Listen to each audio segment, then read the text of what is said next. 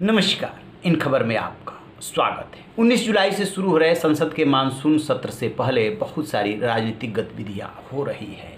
खासतौर से जैसे ही प्रशांत किशोर जो रणनीतिकार हैं वो राहुल गांधी और प्रियंका गांधी से मिले तो चर्चा चल निकली कि क्या वो पंजाब की समस्या हल करने यानी कैप्टन अमरिंदर सिंह और नवजोत सिंह सिद्धू के बीच टकराव कम करने के लिए पहुंचे हैं। उनका सहारा लिया जा रहा है क्योंकि उनके संबंध दोनों से है, या कैनवास बड़ा है, विपक्ष को एकजुट करने की कोशिश हो रही है। वो अभी पश्चिम बंगाल में ममता बनर्जी को जीत दिला करके आए हैं।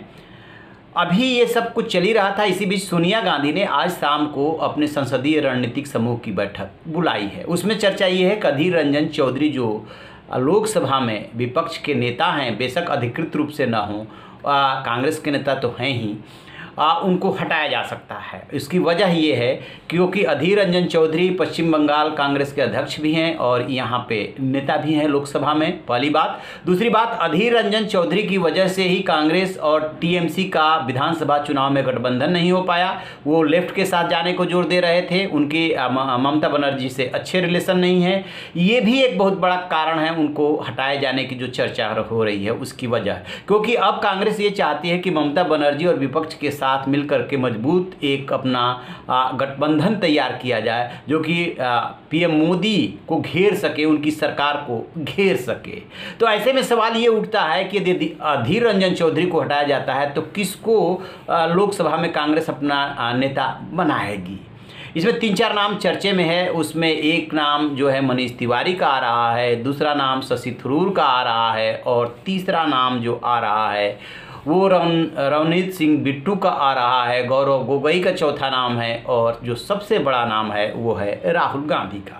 दरअसल कांग्रेस अध्यक्ष का चुनाव 3 बार टल चुका है कोरोना की वजह से, और अब भी राहुल गांधी अपने स्टैंड पे कायम है कि कांग्रेस का अध्यक्ष इस बार गांधी परिवार से बाहर का होना चाहिए। 2019 में मिली लोकसभा चुनाव में हार के बाद राहुल गांधी ने कांग्रेस अध्यक्ष पद छोड़ दिया था। अब कांग्रेस में एक बहुत बड़ा वर्ग है जिसका दबाव है कि राहुल गांधी अध्यक्ष बने, जिसके लिए कहा यह जाता है कि वो अभी तक तैयार नहीं है। ऐसे में जो मोदी सरकार पे सबसे ज़्यादा तीखा हमला करता है वो राहुल गांधी ही हैं। लिहाजा एक बात ये भी हो रही है कि यदि वो अध्यक्ष पद के लिए तैयार नहीं होते हैं तो क्या लोकसभा में नेता पद के लिए तैयार हो जाएंगे जो कांग्रेस का नेतृत्व कर सके वहाँ पे। तो राहुल गांधी का भी नाम आ रहा है।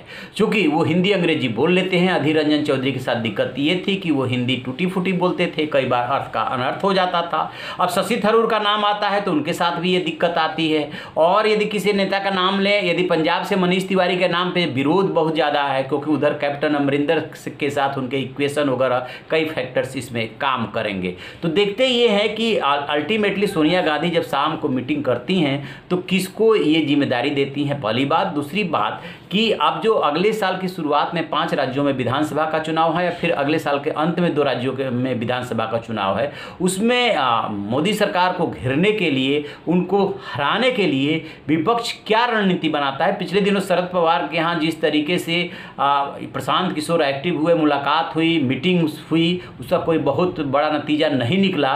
लेकिन अब जो है जो कोशिश हो रही है वो ममता को साथ लेकर के चलने की कोशिश हो रही है और इसके लिए विपक्ष भी तैयार है। तो उसमें कौन फिट बैठता है? अधीर रंजन चौधरी तो फिट नहीं बैठ रहा है, तो स्वाभाविक रूप से दूसरे को लाया जा सकता है। और कांग्रेस की रणनीति क्या रहेगी खासतौर से यूपी को लेकर के, क्योंकि ये प्रशांत किशोर 2017 में कांग्रेस के साथ थे जब 2 अच्छे लड़कों की दोस्ती कराई थी, अखिलेश और राहुल गांधी की। नतीजा सिफर रहा था।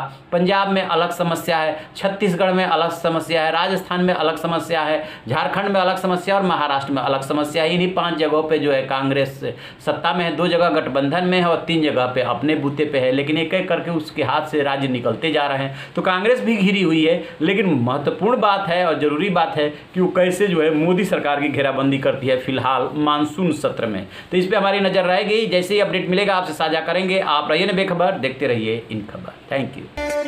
इन खबर चैनल को सब्सक्राइब करें।